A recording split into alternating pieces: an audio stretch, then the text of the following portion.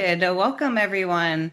Welcome to Vibe Coding with imagi and Lovable. We're so excited to have you here. My name's Kelly Schuster Paredes, and I'm the co-host of Teaching Python podcast. And I'm joined here with Lisa Haynes. And I'm Hello. sorry, I didn't even ask Whitney to pronounce her last name. Of course, she had Minarchek. Is that close? Yeah. Great, great. And we're really excited to have you here to share a little bit about imagi and Lovable. Lisa, you want to say anything real quick? Anyone? No, just glad to have everybody here on a Friday when we're all probably fried from having a week of school. So great for you all to be here. Excellent. And Whitney, do you want to share anything real quick? Who you are No. real quick? No, she's Oh, like, no. sure. My name is Whitney Minarchek. I am a community manager at Lovable. Super. All right, let's get started. All right, so we're aiming for about 50 minutes on this webinar, and feel free to put your questions into a chat if you want to, just to give you a little heads up of what we're doing. We're going to give you a little bit about Magi and talk about Lovable, show you how to get started. And then Lisa's going to share all her cool activities that she's done in the classroom. And then hopefully, if we have enough time, have a little bit of Q&A. Great. All right, so if you've never heard about Imagi EDU, you're missing out. I first heard about Imagi through the Python platform, and it's such a great little platform. So I am going to share about that just one slide, even though this is about Lovable. But Imagi is a student-centered computer science and now vibe coding platform where kids can just do a lot of creation. And what I love about Imagi is it is set up so that the teachers can have a classroom themselves and then they can share out the signing for students. And it's just a great little place to really teach computer science and AI literacy. And so, real quick, I'll do my little plug because I love everything about Python, and this is what got me hooked on Imagi, is the coding and the Imagi Charm website, where the kids can learn Python very simply. And, since we are talking about AI, they do have a coding and debugging buddy. And as you can see here, super fun. I had a piece of code that a student put in, and if you know anything about coding, instead of doing like a for loop, she wrote 50 lines of code. And you can go in there and just say, how can I make this more efficient? And then it will tell you and help the students learn how to code while they play with the Imagi charms. But enough about that. Let's get into what Lovable is. And I'm going to let Whitney take that for us. Well, thank you so much. And thank you everyone for having me. Before I go into Lovable, I have to say I am really honored to be here because the proud daughter of a retired teacher. So this room means a lot to me. And I just have such a deep appreciation for what you do every day and I'm just excited to be here. I'm going to speak briefly to Lovable and why this partnership with Imagi is such a natural fit for us. Lovable is a vibe coding platform, and it exists because of a pretty striking fact, and that's the fact that only 1% of the world knows how to code. So 99% of people with brilliant ideas, including ideas from you and your students, have been sitting idle and unable to get built until now. And that's where we come in because our mission is to change that. And what the Lovable platform does is it lets anyone build real apps and websites just by using your natural language, describing it exactly how you would speak. You don't need to know how to write code. The AI will do that for you. You just have that conversation and it builds the software with your input. And we can talk about fun projects all the way to real businesses generating revenue and becoming someone's full-time commitment. Because there are these functional products that are launching and in use. And for many, that is then becoming a business, but there is the use case of just using it for personal solutions as well. And what we're looking at and what that means for you and your students is that the gap between having an idea and actually getting to build it is now, what it was before of years and years of technical training. Now it's just a conversation, and we can all do that. With the partnership between Imagi and Lovable, why it makes so much sense to me is that it comes down to Lovable brings the vibe coding platform, and Imagi brings its expertise in education. And we know at Lovable how to make it possible to build software by describing your ideas in that natural language way, by what you want to see built. And Imagi knows how to teach technology. So together, we're opening a door that has historically been closed to a huge portion of students and teachers. And the partnership is really a reflection of Lovable's mission. Because if we want to reach that 99%, we have to start early. We have to meet students where they are, and that's in your classrooms with teachers like you who know how to guide them. And that's exactly what Emoji and Lovable will do. And I just want to make sure I touch on safety and security because I'm sure that is of utmost thought and front of mind. When working with students and in classrooms, this is always going to be a top priority, and it wasn't an afterthought.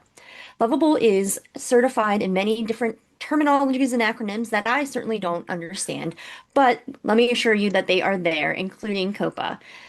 We build with real security standards and are always committed to making sure that when students and teachers are using our tools, they're doing it in a responsible and protected environment. So don't worry, there isn't any data collected when students are using it. And we know that Imagi shares the commitment. That's part of what, again, makes this such a great partnership. Because when we're both aligned on things such as safety, then you all can truly focus on the learning. And really, that's where your energy should be able to be spent. And now, as we move into the rest of today, just know that, AI is already at work. It's already becoming part of our daily lives. And your students are going to need to know how to use it, not just talk about it. They're growing up in a world where AI is now the norm. What we see with Lovable and Emoji is that they're making sure that access to the tool, access to this information and opportunity isn't determined by geography or resources or technical background. There's a belief and a commitment to the fact that every student should have the chance to take an idea and actually build it. And of course, you are a huge part of making that possible. So thank you for the work that you do. Thank you for being part of this. And I'm happy to answer any questions about Lovable at the end of the webinar. Thank you so much, Whitney. You've touched on so many important aspects that I think Lisa and I both love and agree on. Obviously, I am the 1% Python coder, but I wasn't a coder until like 7 years ago. So for me, Lovable has been such a great product to just get my ideas out. I have all these random ideas, and I know Lisa is going to show you some of her amazing products that she's made too at the end. Do you want to add anything real quick, Lisa? Well, I will tell you that it has been a game, Lovable's been a game changer for me as an educator, not just what I'm able to do with kids, but what I'm able to create to make my life a little bit easier. So that's been huge. And I'm part of that 99% that struggles with coding. So that's kind of where my wheelhouse falls. Well, that's great because you can have both on the Imagi platform. And so, Right. and even if you aren't a coder, you can learn both Vibe coding and Python coding. And if you get really expertise, and you can like look on the back end of Lovable and see the JavaScript and all that other stuff that I have no idea what it's saying. So, but let's just stop real quick. If you're an educator thinking, because this is something Lisa and I had the conversation about, if you're an educator thinking, how can I get this into my schools? What do I need to say to my admin or my district manager? First and foremost, what Whitney just said was the certification, the safety aspect. I vet a lot of AI products, and couple of things that it has with the Imagi platform is the fact that all the PII or personally identifiable information from students, there's nothing because the teacher sets up the accounts. And we're going to show a little bit about that. But on top of that, you have all this AI literacy skills that are going to be coming out with the curriculum that Imagi is creating, talking about how to prompt well, using critical thinking, Resnick's idea of creativity, like that, this to me is like the whole heart of everything about the ability to be creative and just that understanding of responsible and intentional use. Miss anything, Lisa? You didn't miss a thing. Oh, awesome. It's like I've done this before. So I'm going to go through these really quick because I want to show you a little bit about the curriculum. I kind of want to show you the platform as well. But one of the things that I really love about giving this product to the teachers that I work with is that it's super easy. You go to Imagi, you click on educator, sign up for an account. As an educator, correct me if I'm wrong, Lisa, because it's been a while since I've signed up for a free account, but when you sign up as an educator, you get access into the platform. You can have access to your Lovable free account through Imagi, and that's right? And you can see pretty That's right. much a lot of the things. And I think the Hour of Code website and curriculum that they launched a couple of months ago is still live and available so you can look at. And we're going to show you that on this page today. But it's super simple and I love it. And then when you give it to the students log in and they log in with the code that you provide them and a name. And always just chime in, Lisa, if I miss anything. Yeah. The one thing you might struggle with as an educator when you're logging in your classes is there is a limit to how many students. So a workaround for that for me has been because kids aren't necessarily, they might see another child's project, but I have multiple kids under the same username. So like my accounts were named number 1 to 30. And so I would just assign numbers to the kids to tell them this is the account you're going in as. Yeah. So, yeah, I think there's like 30 or 50 accounts Yeah. that Oh, they it's can have. 50. I'm sorry, 50. 50. 50. So I've we got a seen a few great more than that. yes. So, so really quick, we're going to walk through this. Like I said, when you log into the website, you can request the teacher access, and it is recommended you should go through your school account because it's easier to verify an EDU, and we want to make sure that the platform stays safe and it's used with the EDU version. So sign in with your email from the school, and then you can get your homepage through Imagi. Then you would open up the link, and this happens when you have a paid account so that you can make classrooms. Once you get a paid account, then you can have the students log in to their platform through a Lovable. And you would create your classroom. Sorry, I jumped ahead. Create your classroom. There's all kinds of videos, and this is all on the Imagi website. But so if I talk too fast or you don't want to watch this webinar again, you can also go straight to the website, and there's videos to do that. But you create your classroom, name it. Um, I have one from my robotics class because we like to play with Lovable a lot, and then also the Python class, so they flip back and forth. And there's how their little login. So we have these little cute little coupons that we store out and hand out. You can laminate them. You can just keep them stored for the kids. I don't know. How do you do your coupons? Do you just give it to them and they remember? Yeah, I feel like that's my what I seventh do. graders don't remember, my eighth graders don't remember anything. Our Chromebooks are such that they can actually slide the cards in between the protective case, so they always have it. Ah, So that's kind of how nice. we roll. That's good. Good little tips there. All right, and so this is some of the activities. Later on, when you have the paid account, there's going to be more scope and sequence for the Lovable. But as you can see, these are all the Python ones for the Imagi Charms. But this is the Hour of Code that was launched a few months ago, and that's a really fun activity, which we're going to walk through. All right. So what I love about this activity, you can do it in an hour really fast, or I think I expanded mine for a long time. We worked on ours for like 2 weeks. How long did you work on yours, Lisa? It varied from class to class, but it I see kids for about 45 minutes. So one of the groups we stretched out, I think it was about 3 weeks. Yeah. So you can really go far with this if because it's so much fun. So this is the first one where we're building a game and we talk about what is vibe coding in this. We talk about what is AI and what it can do, and they have this video for you if you don't know about AI that you can watch. I'm just popping over these questions. Oh, I'll come to that question in a second. Sorry, man that for a little bit. So I have a video that you can watch if you don't know anything about AI, and it kind of goes through what vibe coding is. I want to go back really quick to this question because I don't want to forget it, but students are not supposed to log in without a DPA. What's a DPA? Is that something in? So we'll have to find that. How do you handle that for the free version? So this is data protection. I think that's a data protection act. There's no information from the student. Um, at all. They come and they have a pseudonym and it's like lion jumps rainbows at a code. So there's absolutely zero data retention for that student name that's associated with the student name. And then there's also, if you read back on the Lovable website about how they retain data, um, you can see that they have the policy set up for that too. Sorry. And keep an eye on those questions for me, Lisa, so don't I skip will. them.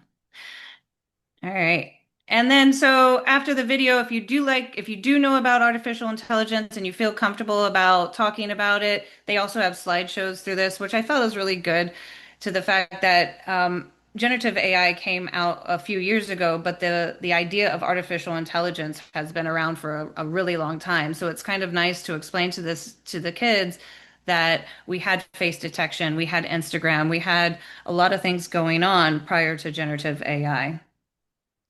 And then they talk about what's the difference between vibe coding and regular coding. And the idea, same thing when I teach regular coding, it's really hard to get started, to get those ideas out because as a coder, you have all these great ideas that you want to build, but you only know how to say print hello world, which is not very fun after a couple weeks. Well, with vibe coding, the kids can describe exactly what their ideas are, and we can keep that creativity like flowing and we don't kill the creativity for them because they don't know how to code. And what's really beautiful about that is just seeing what those beautiful young minds can create. Oh, I'm going to show you this. So it's really super simple. I'm going to jump in and I want to show you. I'm going to switch over to my other account here, what Lovable looks like. Okay, you guys can see that. Let me move everyone out of the way. It's the thing with live webinars. So here's my home screen in Lovable. This is my free account. And I didn't refresh, see if it comes back up. You know, we have this all prepared for a reason. So in Lovable, you can simply type what your idea is and push a little return button and it starts to build it. For sake of time, I started with the activity that we do in the first day is make me a tic-tac-toe game. Um, as you can see here, I could have just put make me a tic-tac-toe game with what I wanted. What did you put in for your first time, Lisa? I think I did something crazy, like just trying to see what it would come up with. So I put in um, make me a game that has a cow and a chicken. And I just got some really bizarre things that came up because I wasn't precise enough. So, Mhm. it did what I told it to do. So I shouldn't be surprised. So because of my CS background in the classroom that I teach in, I did put a little bit more information and I put in with this sustainable, eco-friendly vibe. Back in the days, I used to pretend I knew how to do web design. So I found some colors and then I wanted it to have Python coding, et cetera, et cetera. And as you can see, you have a game ready to play with tic-tac-toe. I can change the mode and play against the computer, see if the computer's smart enough to beat me. We're gonna have a cat's eye again. So it's a real fun game. And if I want to change things, it's simply using communication skills. What should we add, Lisa? Maybe change it the hearts to chickens. Chickens. She loves I don't chickens. know. Chickens and cows. Those are supposed to be snakes, which they don't look like any. Change the I hearts. I was working on a presentation and I wanted to put an apple icon in the corner. And so I asked AI to make the apple, and it literally was a circle with a stick. A circle with a stick. Oh, Because I said an icon, it did what I asked. See, sorry, I have it back. I had it on visual. And let's go back to build. And I want to say, let's see if it did it. I'm queued up there. Oh, it's going to do. No, going to do that. It's going to queue. But you can simply add in it. I was playing around to show this visual edits. What I love about this and why I'm here is something that I've been investigating a lot is this idea of planning stage, which if you start working with kids at a different level, you can tell them how to plan things. You can go in there and do visual edits where I can say, all right, I want to change this color, or I want to make this color if you know anything about that. So that's kind of fun. But simple, simple, simple. Let's jump over here real quick. All right. Back on my screen. You can see it right. So we start off with the tic-tac-toe game, and what I love about this is we can talk about the fact of if AI can code for me, do I still need to learn how to code? Well, with the tic-tac-toe game and the chicken or whatever, tic-tac-toe's everywhere on the internet, right? There's no creativity with that involved. And so you're going to get a very simple game that everyone knows about. But if you know a little bit about code, like I did, you saw I had HTML colors on there. Maybe the kid you want to teach about hex code colors, like that long number that you see. If you know that uh, headers at the top of the screen are larger fonts. If you know anything about that, you can bring that into your classroom to help the kids have a larger set of vocabulary. And from that vocabulary, you can build out better products. So even though this is built for the 99% people that don't know how to code, we all have background knowledge that we can bring into Lovable that helps our games and our apps become better. And if you're an educator, obviously we are planning for the 99 cents, but we are also teaching a lot of foundational skills. So if you're a STEM or STEAM teacher, you can talk about design features and what makes a good app or anything like that. And you teach STEM, right, Lisa? I do. I do Yeah. teach STEM. So, So like I said, my any coding skills are very basic. I'm just now tipping my foot into the block coding because of imagi, and I'm learning with the kids, which is kind of powerful too. super powerful learning alongside. So that's pretty cool. So yes, this is a really good lesson. It talks to the kids about how it struggles with complex projects. And so if you are a computer science or STEM teacher, or you have to add in some STEM curriculum, you can talk about breaking down large problems like decomposition and all those computational thinking skills or practices that you have to cover in your class. Okay. And then there's a discussion. There's a nice little video that's going to talk Today about you'll create your very first your vibe coding first game. pitch catching game. Catching game.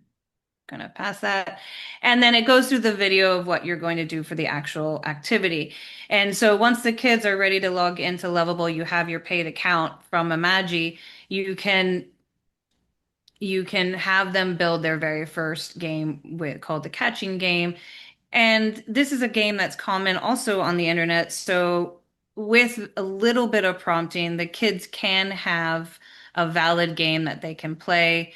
Um, do encourage to make a change to their game, put a little bit of personality in there, and personalize maybe the game to a subject. Maybe you want them all to make a sustainable app or a recycling app and you want to catch the plastics or something. So there's a lot of little fun things that you can do. Did you give anything to that, Lisa?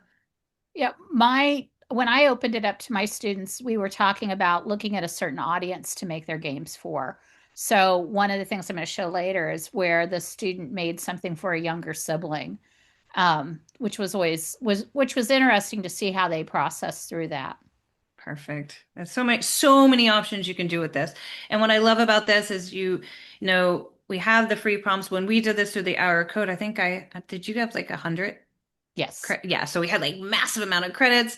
I think telling the kids, and I kept telling them, "Oh, you only have 5 prompts," and I scared them. I was like, "You need to make sure that we do this right. You're not going to be able to build anything if you don't do this." And so that was a little bit of fun. And then after they finished the 5 prompts, they're like, Miss, I had like 95 and then we had a lot of fun. But I think it's really good to talk about the use of AI and being deliberate about their actions with prompting. Um, so we'll go skip that real quick. Through the prompting, you give them an example. You can talk about what makes a good prompt, what isn't a good prompt, make a catching game that only catches even numbers versus 0 through 10 are going to fall from the sky, blah, blah, blah. And so when I introduced this, the kids changed keywords like basket and they really got crazy. Some had fish. They went right away, wanted to get everything at the beginning because they were scared that they're going to use up all their prompts. It was funny. Um, And then you can also talk about debugging. So this is different than looking at code. We know the process of debugging. If you're a coding computer science teacher, we talk about looking at the code and trying to debug the action. But really, there's more to that. So trying to figure out what's not working in the app or the game. For example, if you click the home button and it doesn't go back to the home screen, how do you explain that? How do you communicate that clearly? Or um, the high score is not saving. I need to make sure that the names are saved with the highest score. And so being able to identify what's happening, the reality of what's happening versus what was expected is a great conversation you can have. Any fun stories about your debuggings? We had lots of debuggings happening throughout the course of our different activities we were doing. So, um, kids sometimes had difficulty understanding what they needed to ask of the system to help them figure out the solution. And then they also were shocked as they lost their points very quickly in that debugging process by not being clear. Mhm. And I love that. It's such a huge skill. I think one of the major skills that we're seeing with AI literacy is the ability to communicate clearly and read what you see on a screen, right? So if you look back, Lovable always says it can tell you what's happening while it's starting to build. And so if a kid or even a teacher is zoning out while it's building, you're not really seeing what the AI is and I thinking, right? And so that ability to tell the students attention to detail and communicate clearly and think about what you're trying to say before you just type it, I think there's a lot of skill building with that.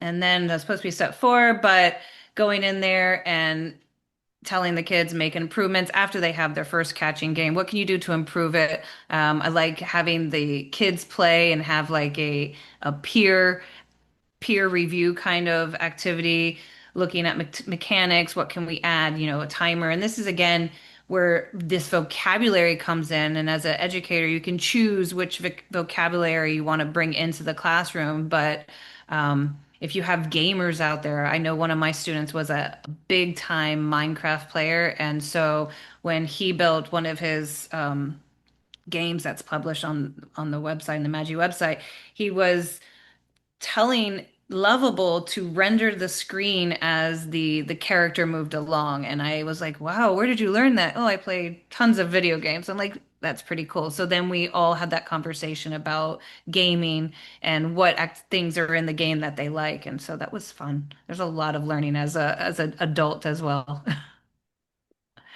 Um, yeah, and then the kids can publish out their game, remix the game, share it to their friends. This Here's is where you can publish your game. a little bit of information about where you can do it. I love it because you can share out. And as you see, just to highlight real quick, that Lucky Catch 21, that's the student's name. There's no attachment to their name. I'm going to pause real quick and just check out on this question Oh, real I quick. got it. You've got it. I got it. Yeah. Oh, you got it. Okay. Perfect. Oh, and see, Diane says they will sign the DPA. Yes, Imagi's great. Ask for it and they will answer. Really great, helpful people. This is what we were talking about, personalizing it, catching mammals and catching recyclables. And then you can have this showcase and feedback. This take me back to kind of like the COVID stage when I was teaching online. So we have we set up our classroom so that the kids can just share on the screen, or they'll plug into the whiteboard and they share their apps, and it's kind of fun. So having them stand up there and showcase their apps was like a really proud moment for a lot of the kids. And this is now where you shine, right? I'm so Yes, this excited. is my turn. I get to talk about the fun things kids did. Do you want me to flip for you or? I'll let you flip. You can All keep right. flipping away. You've got it down. So I get to show you some exciting things that the kids have worked on. They're the actual apps that the students have made. The first one that we're looking at here is called Cosmic Drift, and we're sharing out the slides at the end, right, with everybody. I think so, So yes. you'll have access to go in and actually play these games. But the student that built this had a lot of problems initially where they first lost all their points and then had to wait a day to get more points. So Credits, right? the The credit, the sorry, credits, credit. okay. So here's what I want you to notice. To build something like this, the student had to break this all down into pieces. And initially they were looking at the big picture and not able to break things down.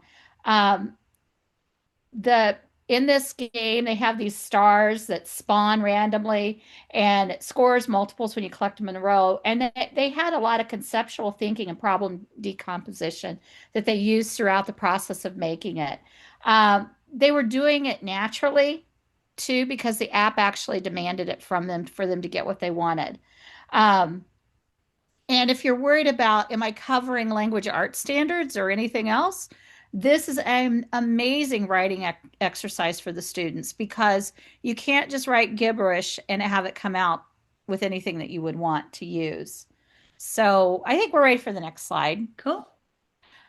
This is my favorite. Okay, this was made by a young man um, who wanted to make something helpful.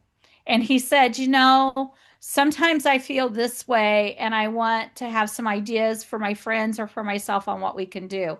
So it's an actual dice game where you pick your mood and then it gives you a list of suggestions of what you could do to improve said mood. So if you're grumpy, um, and you feel like you want to create something to get out of that funk, you click on the create and it'll give you a little art project you should do. And these are really short snippets, but he built that based on some conversations he'd been having, some things he himself had been working through. And so that creativity was fully on display with that the mood game dice game that he had. And so if you get a chance later to go in and play with some of these apps, this is a really fun one.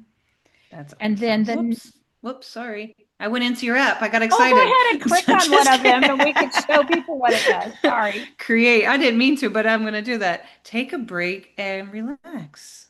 Yeah. Very good. New category. Let's real quick. I'm tired. Let's see. I shouldn't be tired.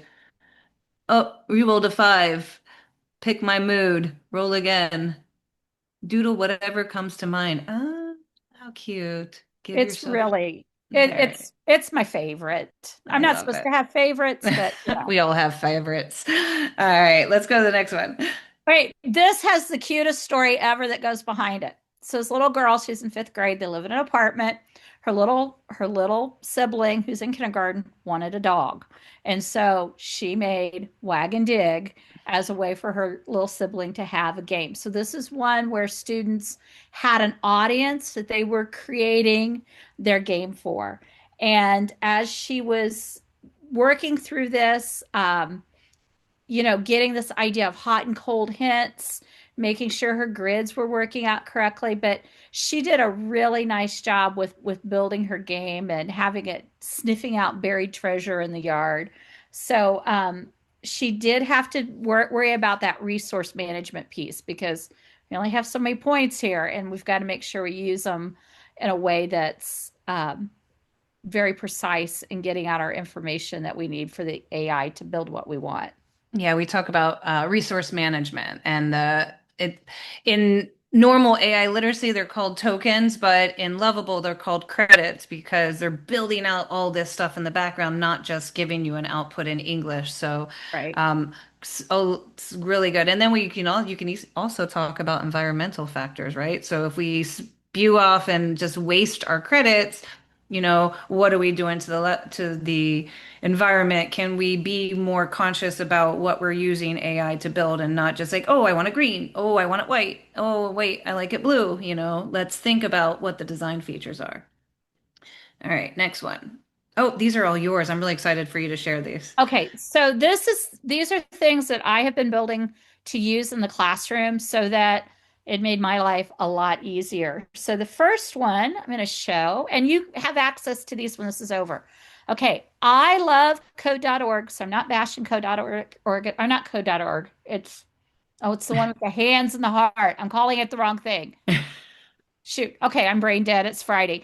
But anyway, this sometimes the things on digital citizenship for kids, let's just put it out there. It can be really dry. And so my sixth graders in particular needed something a little more edgy. And so this is a cyber sleuth academy that actually took real live cases Oops. that I'm gonna go in there. Go ahead, keep talking. Okay. Okay. This is the one for the younger kids. So this is kind of a Minecraft version of digital citizenship. Has a story, very Minecraft in nature, and then it asks some general questions and it builds through the activity as you go on. And so it kind of forces students to get the correct answer because it will tell them the right answer. And at the end of this, we did like a little quiz. The And you cyber developed all this real quick? Oh, yes. This took no time to develop at all. It was almost instantaneous. And when you talk about credits, it didn't use a lot of credits to make it. So Nice. um, it's something very doable. And the kids were totally engaged. This one is scary. How many of your kids, if you ask this question on social media about what kids are on, the number of kids this was for third and fourth graders, number of third and fourth graders that have Snapchat accounts, Mm-hmm. Yep. terrifying. So WhatsApp, I had several kids that had WhatsApp, which I was like, I don't even have that one. And then Discord, they go on Discord and they talk to people. So it opens up some great conversations. love that. So you can pretty much use the Lovable to develop the curriculum that you want. It's pretty Yes. cool. And it's you put in your standards and it will help you build from there too, which is really nice. Cool. This was used, anybody involved with Vex Robotics knows that you have engineering notebooks that you have to judge for various events. And I was working with this at our recent state robotics competition, and I was the judge advisor for the elementary. And I wanted something easy for my volunteers to have to judge engineering notebooks. So the scoring tool is in there. The notebook that is in there is just one of my random teams notebooks because I took the real ones out. But it is very, very helpful to have something. So if you have a rubric that you use to grade something for students in your classroom, you can take the PDF of that rubric because that was the starting point for this. You upload it into Lovable, and Lovable will help you convert this into an app that's very usable. Cool. Super cool. Oh, keep clicking the wrong thing. Oh, and then we put So this. Yeah. this is just a link of all the different things that I just shared with you that students have made or that I'd made that I thought might be helpful for you all to have. So um, Very it's cool. there. Once we're done, you've got it to go in and play with. And I think that really, if you have an idea, and that's what the lovable kind of slogan is that all these people with all these great ideas, you had this blank canvas where you didn't even know how to paint before. And now with AI, the idea is if you can dream it and you can think about it and you can explain it and use clear communication, then you can build it. And there's a lot of learning going on. And I know.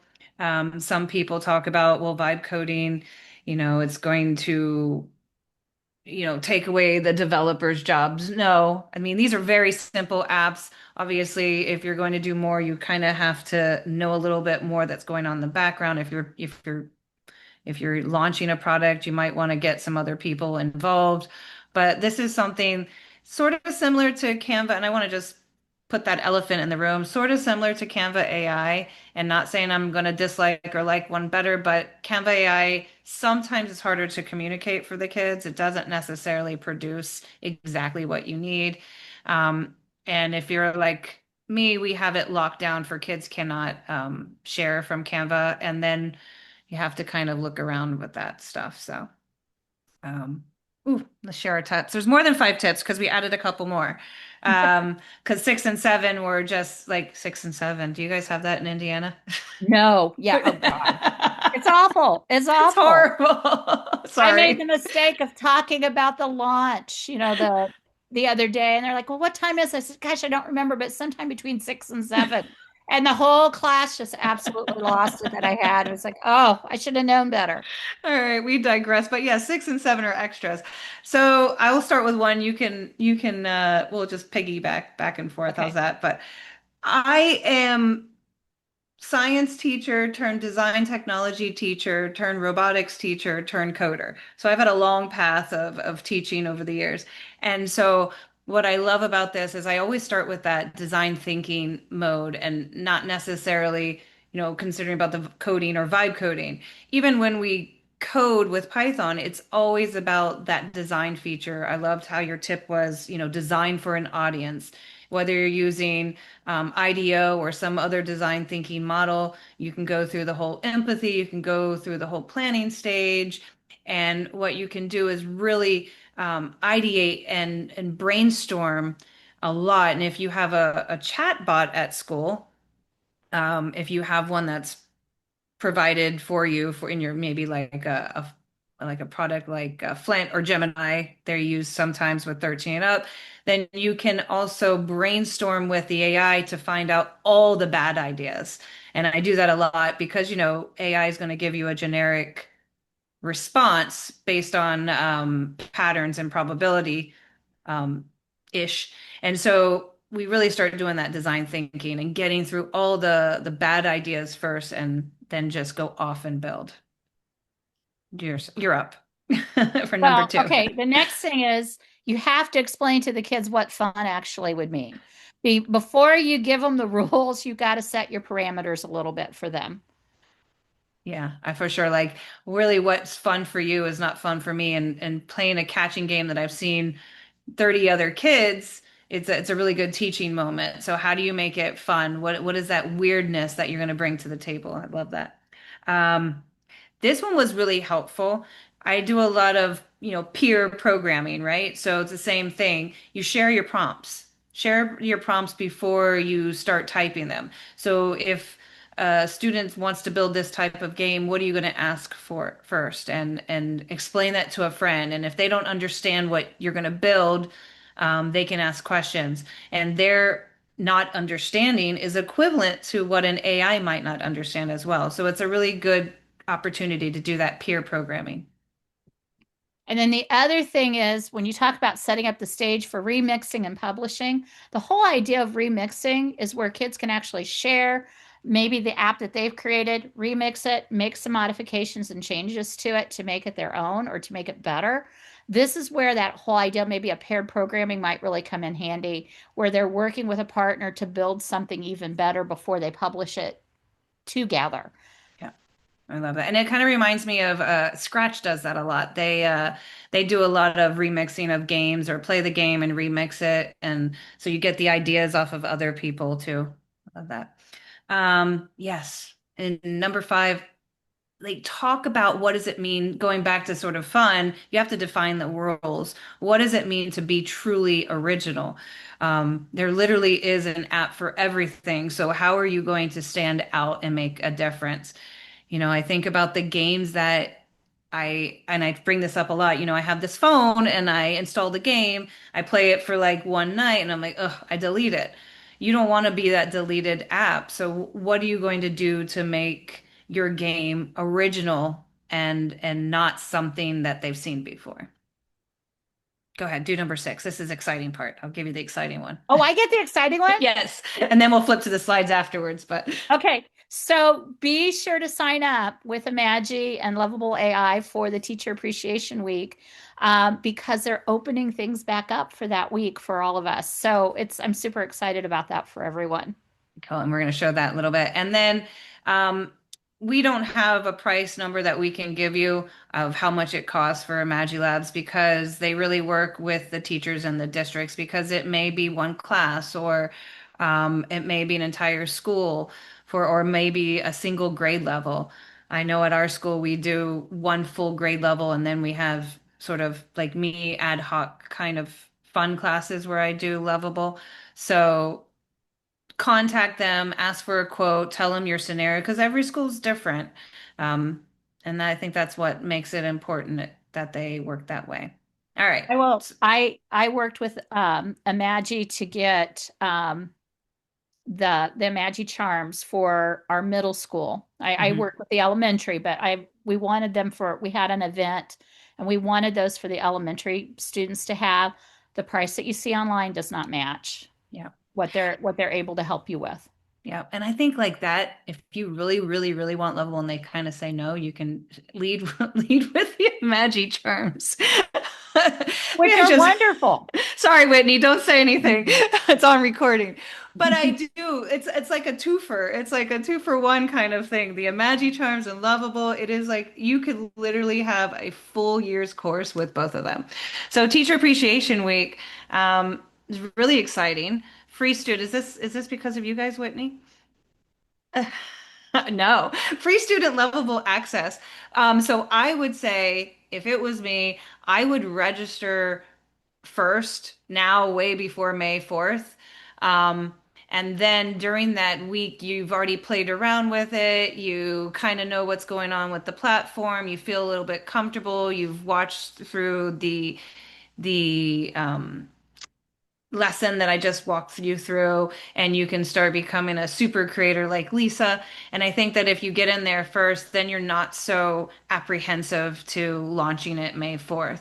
And what I love about this, there's also this competition. So with the competition, you have the most votes and then a lottery to find out some winning things, and that means an Imagi EDU Pro access for your students in the school, and that's pretty exciting.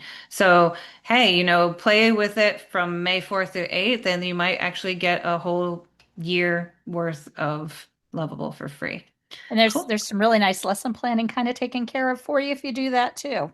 Yeah, oh, that's really cool. I mean, This is just like a go to the Imagi site just to kind of see. I've already logged in because I was being prepared, but I'm logging back out.